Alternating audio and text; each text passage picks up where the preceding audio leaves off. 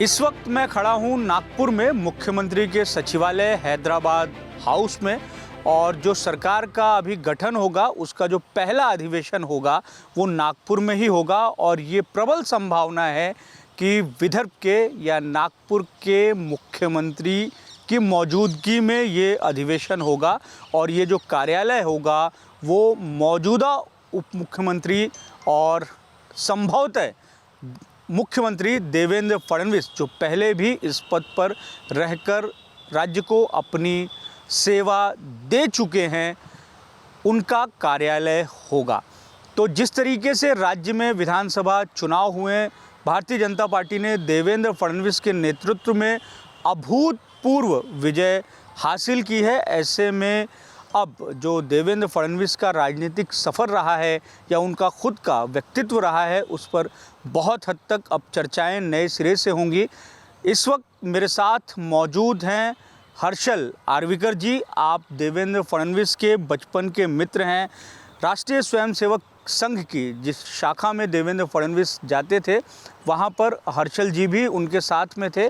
और सबसे ख़ास बात यह है कि 1992 में देवेंद्र फडणवीस ने अपना जो पहला चुनाव लड़ा था, उसके चुनाव प्रमुख भी हर्षल जी रहे हैं।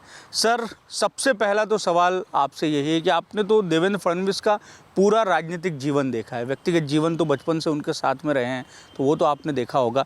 राजनीतिक सफ़र 1992 से नगर सेवक के चुनाव से लेके जो शुरू हुआ है, फिर विधायक, उसके बाद में फिर मुख्यमंत्री, उप मुख्यमंत्री, अब फिर एक बार संभवतः मुख्यमंत्री, इस पूरे कार्यकाल को, इस पूरे सफ़र को आप किस तरीके से रेखांकित करते हैं? देवेंद्र फडणवीस जैसा नगर सेवक करके था, जो इजीली अवेलेबल या काम करने की स्टाइल जो 24/7 थी उस समय भी, वो उसमें सिर्फ पोस्ट चेंज हुई पर कार्यशैली वही है।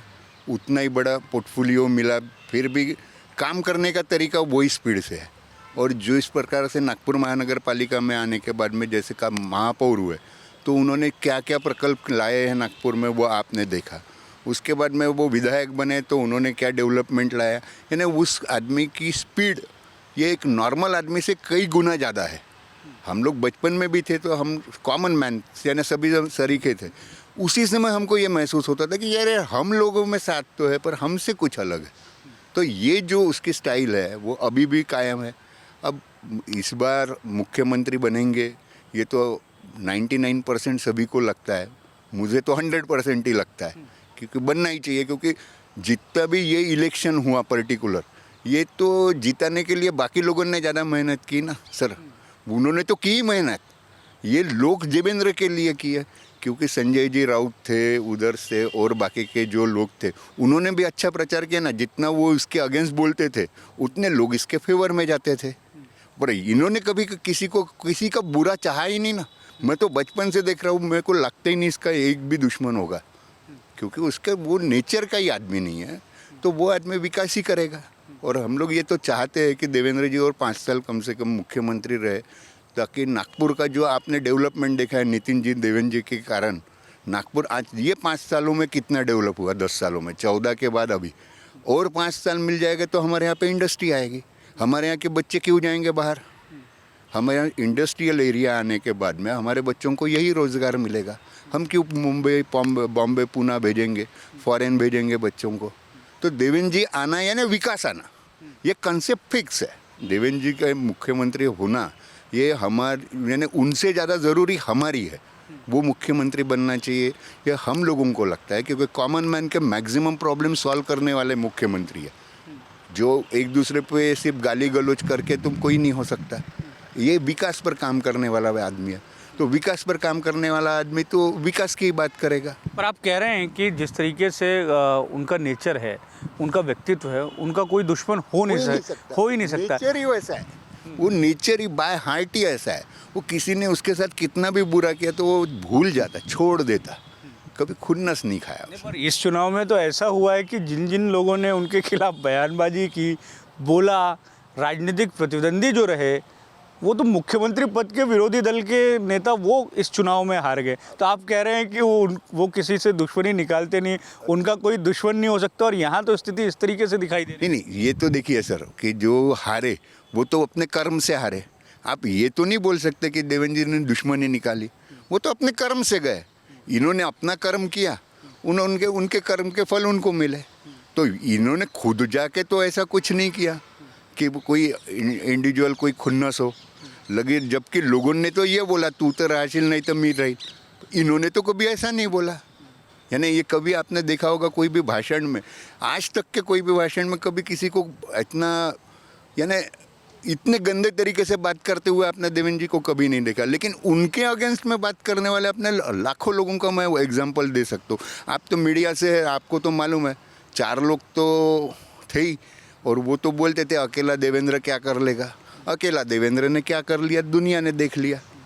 पर आप ये कह रहे हैं कि कोई दुश्मन नहीं हो सकता है, लेकिन क्या ऐसी स्थिति भी देवेंद्र फडणवीस के जिस तरीके से नेचर ऑफ बिहेवियर है, व्यक्तित्व है, क्या कभी ऐसा भी हो सकता है कि कोई विरोधी दल में हो लेकिन दोस्त हो और वो जीत गया हो, और उसको जिताने के लिए देवेंद्र फडणवीस ने कुछ अलग तरह की रणनीति? नहीं, ये सर ये एथिक्स के खिलाफ तो ये आदमी जा ही नहीं सकता। हाँ, एक उनका कोई दोस्त गया होगा उधर से खड़ा होके जीता होगा, ये हो सकता है कि, लेकिन उसके लिए कोई रणनीति करेगा कि मैंने मेरे उम्मीदवार को गिरा के उसको जीताऊँ, ये नेचर के देवेंद्र फडणवीस है ही नहीं सर। तो यानी वो जो लॉयल है, जो बोला वही करेगा, नहीं तो बोलेगा ही नहीं।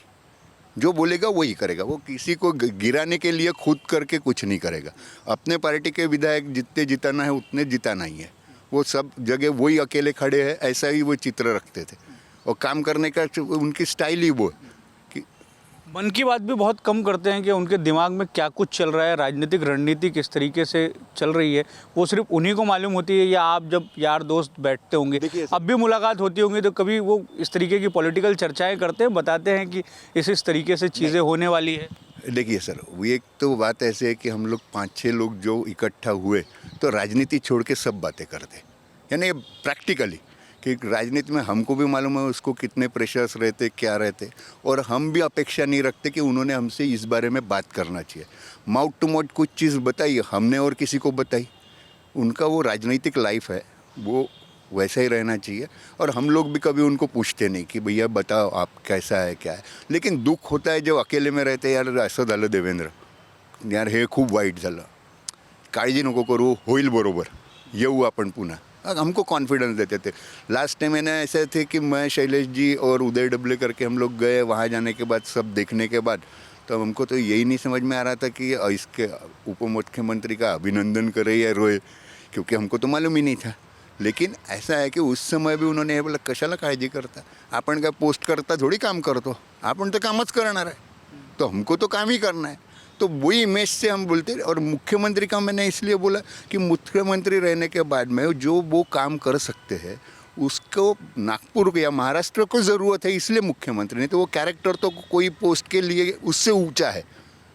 तो यानी पोस्ट इस तो ये आपकी यानी सर यंत्रणा के हिसाब से हुआ, लेकिन देवेंद्र फडणवीस ये आदमी अलग है। आप लोग जब बैठते होंगे दोस्त यार, तो चिल करने के लिए इस तरीके की बातें होती हैं, या बचपना अब चला गया, अब आप लोग बड़े हो गए, 40-45 साल के हो गए, तो अलग स्तर की बात होती है? नहीं सर, हमारे तो ऐसे है कि हम लोग एक बार बैठ गए तो सुबह सूरज उगता तब चलते, तब तक बातें चलते रहती। अब भी चलती है इस तरीके की? चलती है, अभी भी चलती है। कोई तो भी 1-2 दिन ऐसा निकाल लेते हैं, एक दिन कि नहीं आज रात्रि में पहुँचील, बरं तुम्ही पहुँचा।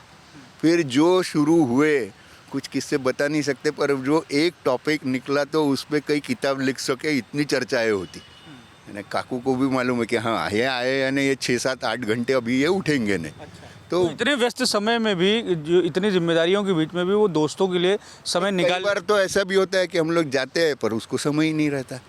फिर वो 2-3 ट्रिप के बाद में कभी तो भी ऐसा होता है कि हाँ इथे बैठो, जब उनको मालूम है कि अभी अपने पास समय है उसी समय खुद से संपर्क करके आप लोगों को। हाँ, वो कैसे है सर, डे टू डे कहीं ना कहीं कनेक्शंस में एक दूसरे से कहीं ना कहीं बातें होती ही रहती है, तो वो अंडरस्टैंडिंग तो है। क्या अब भी ऐसी स्थिति है कि हर्षल जी ने फ़ोन किया हो और देवेंद्र फडणवीस ने एक रिंग में फ़ोन उठा लिया हो, या ना उठा पाए हो तो कॉल बैक आया हो?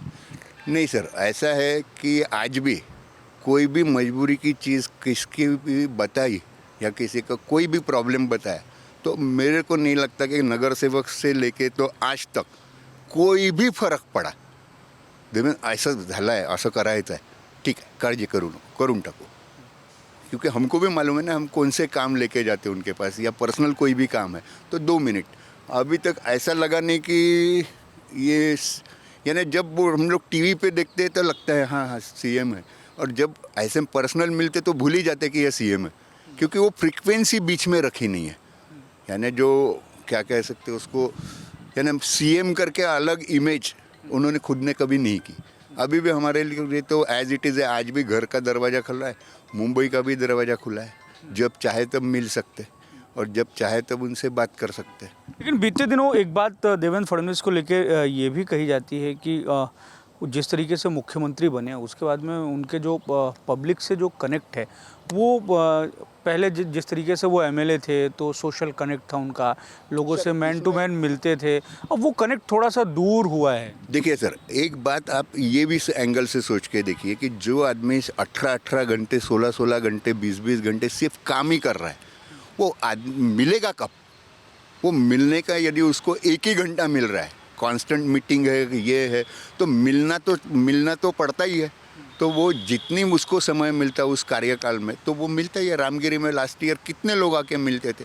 हाँ, ये एक रूमर लोग बना लेते की बस देवेंद्र मला भेटला नाही. अरे पण तू मुंबईत काम करतोय ना, तो कसा येईल तुझ्या इथे लग्नाला? तो मीटिंगला आहे ना तिथे. अब उस समय कैसा था, लोकल आदमी था तो इजीली आ सकते थे. लेकिन हमारी भी गलती है ना, हमने भी सोचना चाहिए ना कि उस व्यक्ति के पास कितना समय है क्या. और मेरे को नहीं लगता कि उनको मिलने में कोई कठिनाई है. जब भी नागपुर आते हैं तो इजीली मिलते हैं.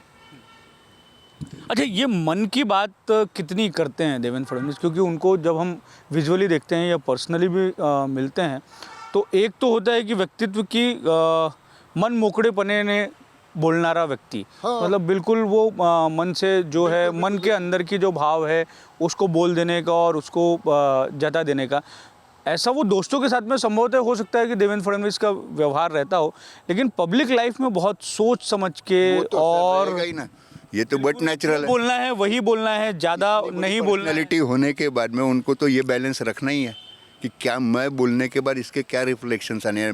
मेरे को बोलना है तो मेरे को इसका टेंशन नहीं है, लेकिन उनको तो है कि मेरे मुंह से निकली हुई हर बात रिकॉर्ड होती है. तो जितनी ज़रूरत है उतना ही बोलेंगे ना, इससे ज़्यादा क्या बोलेंगे. अच्छा, कभी गुस्सा और चिड़चिड़ाहट आती है? लाइफ में नहीं देखा उनको कभी गुस्सा और चिड़चिड़ा करते हुए. हमने भी देखा कि इतने राजनीतिक हमले और इस स्तर के राजनीतिक हमले हुए हैं, लेकिन उसका जवाब उन्होंने उस स्तर पर जाके कभी नहीं दिया. यही तो खासियत है सर देवेंद्र फडणवीस. इसी का तो नाम देवेंद्र फडणवीस है कि मैंने आपको जब भी बोला कि देवेंद्र फडणवीस का दुश्मन इसलिए नहीं कि वो बाय हार्ट किसी के बारे में गलत सोचते नहीं, इसलिए उनके मुंह से गाली निकलती नहीं. जो बाय हार्ट गलत सामने वाले का सोचता है उनके मुंह से गालियाँ निकलती है. आपने मेरे को बताइए ना, कभी उनको गाली देते हुए एक भी बता दो, या कभी चिढ़ के किसी को गाली दी, या उसके पर्सनल स्टाफ में भी उनको कभी गाली दी. ऐसा भी नहीं कि भी मैंने उनको कभी ज़िंदगी में देखा ही नहीं चिढ़े हुए. तो मैं बोल ही नहीं सकता कि वो चिढ़े हुए, पॉसिबल ही नहीं है. साइलेंट स्वभाव के पहले से थे, हंसमुख आदमी है, हंसमुख ही है अभी भी. अब लेकिन अपना थोड़ा सा जो शरीर का ढांचा है उसको उन्होंने बहुत मेंटेन कर लिया है और खाने पीने पे भी बहुत ज़्यादा ध्यान रखते हैं. जी, वो तो परफेक्ट है सर. इतने घंटे काम करना है तो उनको तो जो उनके पर्सनालिटी के हिसाब से जो डाइट करना चाहिए वो तो करेंगे. उससे ज़्यादा तो कुछ यानी वो रिस्ट्रिक्शन तो पालना ही पड़ेगा सर. पानी कौन सा है, ये है, खाना कौन से समय खाना है. अब तो ये इलेक्शन पीरियड में तो ये भी नहीं था कि कब खाना मिलेगा या नहीं मिलेगा.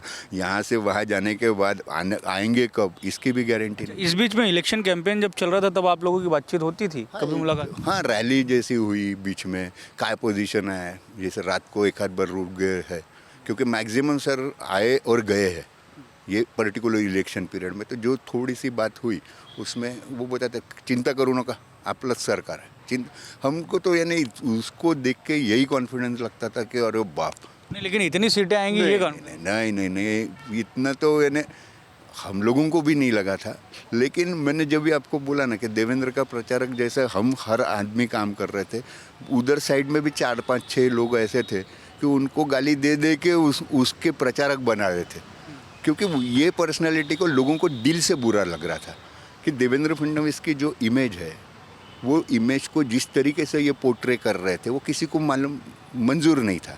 तो बट नेचुरल लोग उनके खिलाफ होकर देवेंद्र जी के पीछे गए, क्योंकि कितना बोलोगे यार, आप किसी भी आदमी को एक बोलने की तमीज़ होती है, एक लेवल होती है, कितना बोलोगे आप।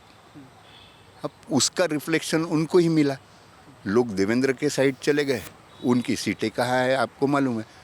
तो ये तो देवेंद्र का नेचर है, सबको दिल से जीत लेता है, तो लोग इधर आए। अच्छा, पसंद नापसंद के बारे में आप बताइए कि किस तरीके की चीज़ें पसंद है। और हमने तो ये भी, जैसा आप बता रहे हैं कि जिस तरीके से वो उनके पुराने दोस्त अब भी चल रहे हैं, तो ये भी एक बहुत नागपुर शहर में कहानियाँ घूमती है कि जब वो नगर सेवक थे तो जो टेलर उनका कपड़ा सिलता था वो मुख्यमंत्री हो गए, तब आज तक भी जो है वो कपड़े वही टेलर सिलता है। जो हेयर स्टाइलिस्ट बाल काटता था वो अब भी बाल काटता है, चाहे महीने हो जाए 2 महीने हो जाए। तो जो पुराने संबंध उनके चल रहे हैं वो आज तक उन्होंने रखा हुआ है, उसको बदला नहीं है। तो उनके पसंद और नापसंद के बारे में बताइए कि किस तरीके से उनकी पसंद है, नापसंद है, खाने में क्या पसंद है। सर ऐसा है कि जैसे चना पोहा नागपुर का फेमस जो है, वो साहब का बहुत, देवेंद्र का बहुत फेमस। जैसे ये हमारे धर्मपेट में जोशी होटल है, वहाँ पे वो जोशी समोसे वाला, अरे जोशीचे समोसे मांगो, अभी भी मंगवाता है, यानी इवन वही नहीं, काकू भी मंगवा लेती है। तो ऐसे कई चीज़ जगह है कि जैसे रसकुंज था वहाँ पर पहले सदर में, तो वहाँ जूस पीने जाते थे हम लोग रात को, कि चला 1:30 बजे हम लोग रसकुंज जाते थे। वो बंद करते समय ये एमएलए थे, तो वो गाड़ी से कांच नीचे करेगा, वो ला के देगा, रसकुंज जाते थे। ऐसे कई जगह है जहाँ खाना खाने जाना है, या ये सभी को मालूम है। और ये तो पक्का है, नागपुरी आदमी है तो खाने का तो शौक था ही, लेकिन अभी बहुत कंट्रोल कर लिया है, अभी बहुत कंट्रोल कर लिया। मीठा मीठा थोड़ा सा कम खाते हैं। अरे बहुत कम कर लिया, बहुत कम कर लिया अभी तो। और पुराने संबंध, जो छोटे छोटे लोग जो उनसे जुड़े हुए हैं, उनके जीवन के एक तरीके से अंग है। एग्जाम्पल बताता हूँ कि आप देवेंद्र जी के घर पे कभी भी जाएंगे तो वो ईश्वर करके बैठा हुआ रहता है, एक आदमी गले में दुपट्टा वगैरह लगाया हुआ। वो गंगाधर राव के ज़माने से है, और कभी भी ये उसके यहाँ पे कोई भी फंक्शंस रहा, ये रहा, तो उसको पॅन्ट शर्ट मिलता ही है ईश्वर। तो वो काय ईश्वर कुठे आहे, कसा आहे, बरा है ना। अब वो ईश्वर रिक्शे वाला भी आज वो कनेक्ट है।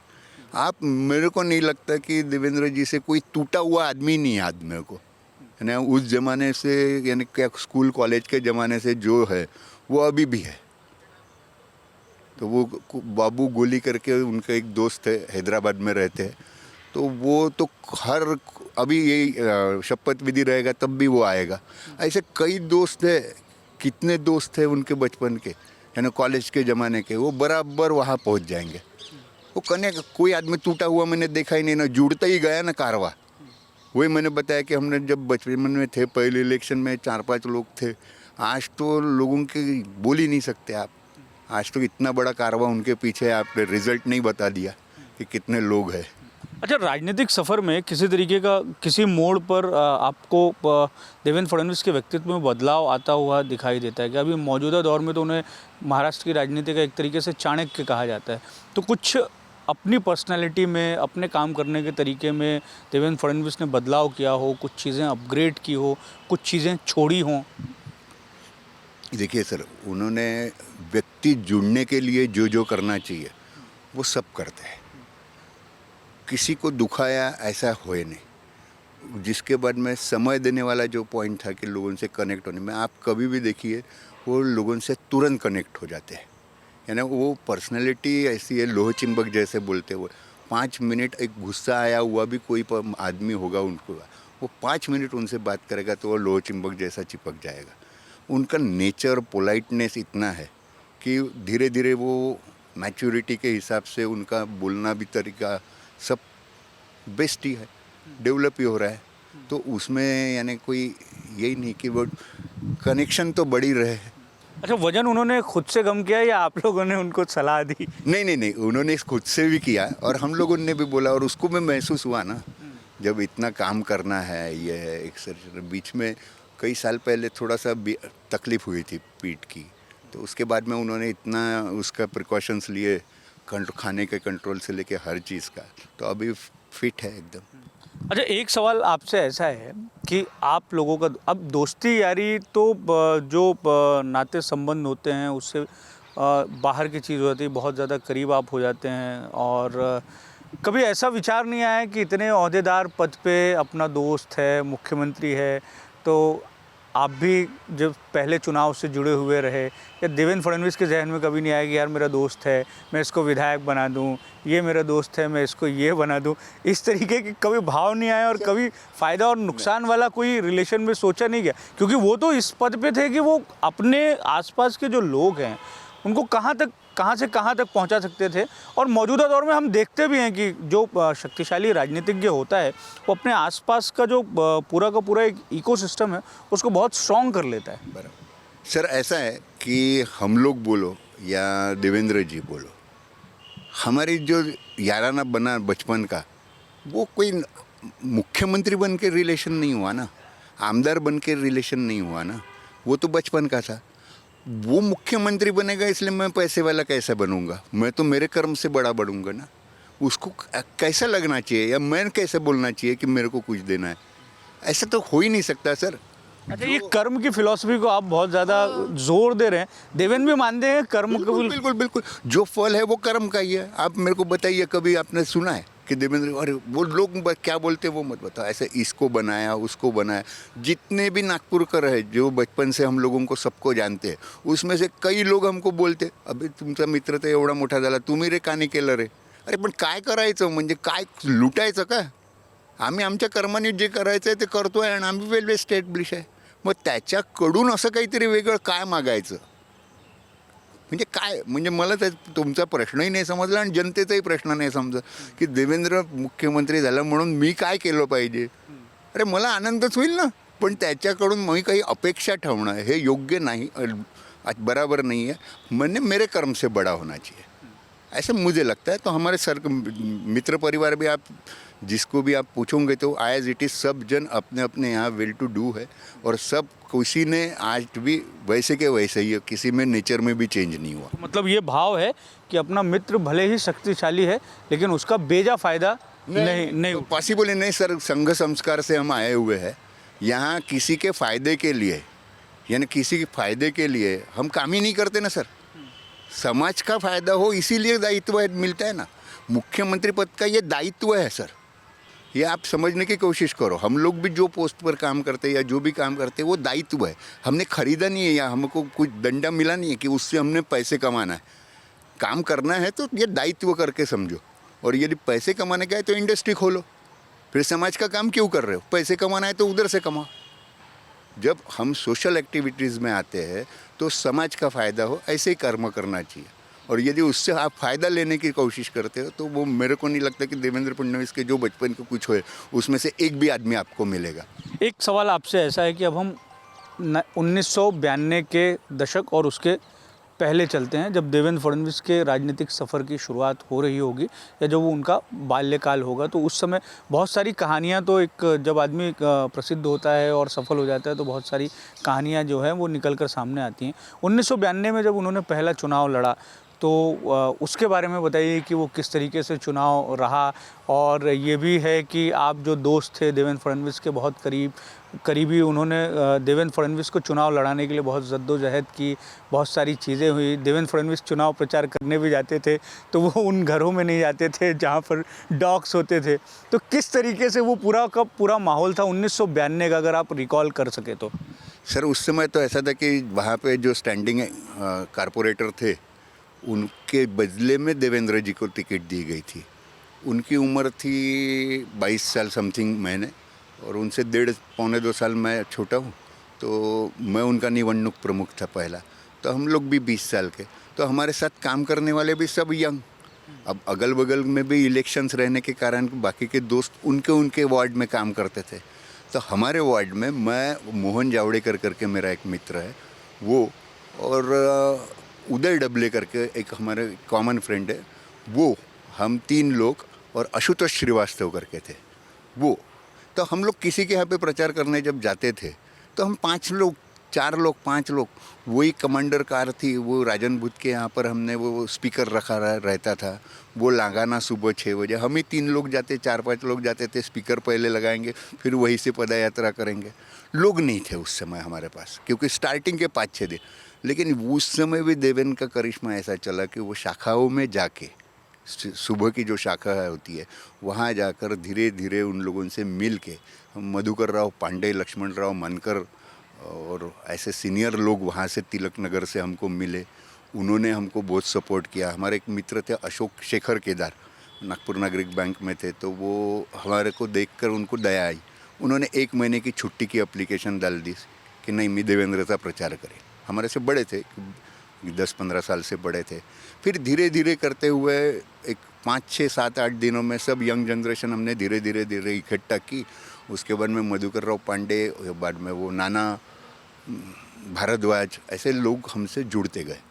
और ये जैसे जैसे सीनियर सिटीज़न हमको जुड़ते गए, वैसे वैसा काम इतना बढ़िया हुआ कि ज़बरदस्त रिजल्ट आया। उस दिन के विजय के कारण आज वो सीएम भी है और यहाँ तक का प्रवास हुआ। उस समय वो 5-6 लोग मैंने नाम गिनाए, आज तो गिनती नहीं है, इतनी जनता उसके पीछे। तो वो उसके पोलाइट नेचर और काम करने की जिद, इसके भरोसे वो आज यहाँ तक पहुँचा है। और प्रामाणिकपना वो उसका गहना है, उसमें कोई ये नहीं हो सकता। और वो किस्सा कि जिन घरों में डॉग्स होते थे वहाँ जाते नहीं थे, तो फिर वो वोट मिलते थे कि नहीं मिलते थे? सर मिलते थे। वो वोट क्या है, कुत्ते से डर लगता था तो वो एक दूसरे को आगे करने के सब ये रहता था। अरे नाही तू जा पहिले, अरे नाही तू जा, अभी राहू दे नंतर येऊ, कुत्रा बांधून ठेवल्यावर येऊ। तो सबको डर लगता है, मुझे भी डर लगता है। और हम सभी जन छोटे थे ना सर, तो सभी को डर लगता था, एक दूसरे को सामने करते थे। पर ठीक है, चलता है। बाद में फिर कोई तो भी घर का सीनियर आता था, वो कुत्ते को बाजू करता था, फिर हम अंदर जाते थे, ऐसा होता था। कितने वोट मिले थे देवेंद्र फडणवीस को और कितने? ना याद नहीं, लेकिन अच्छी मार्जिन, जबरदस्त मार्जिन से जीत के आए थे, जबरदस्त मार्जिन से, कोई इशू ही नहीं। तब से लेके अब तक का जो सफ़र है, और ये सफ़र, क्योंकि देवेंद्र फडणवीस को लेकर जो राजनीतिक पंडित हैं, जो अभ्यासक हैं, वो भी कई तरह की बातें कहते हैं, और मुख्यमंत्री का जो पद है उससे भी बड़े पद पर वो पहुंच सकते हैं, ऐसे काबिलियत के वो नेता हैं। इस तरीके का भी एक तरीके से एनालिसिस होता है। तो ये सफ़र तो आगे भी जारी रहेगा, लेकिन बतौर दोस्त की अब तक की कामयाबी पर आप लोगों की भावना, स्वाभाविक सी बात है कि वो भावना जो है वो होगी, क्योंकि मित्र हैं। लेकिन एक भूमिका भी आपने बता दी कि वो वहाँ तक पहुँचे हैं तो क्यों पहुँचे हैं।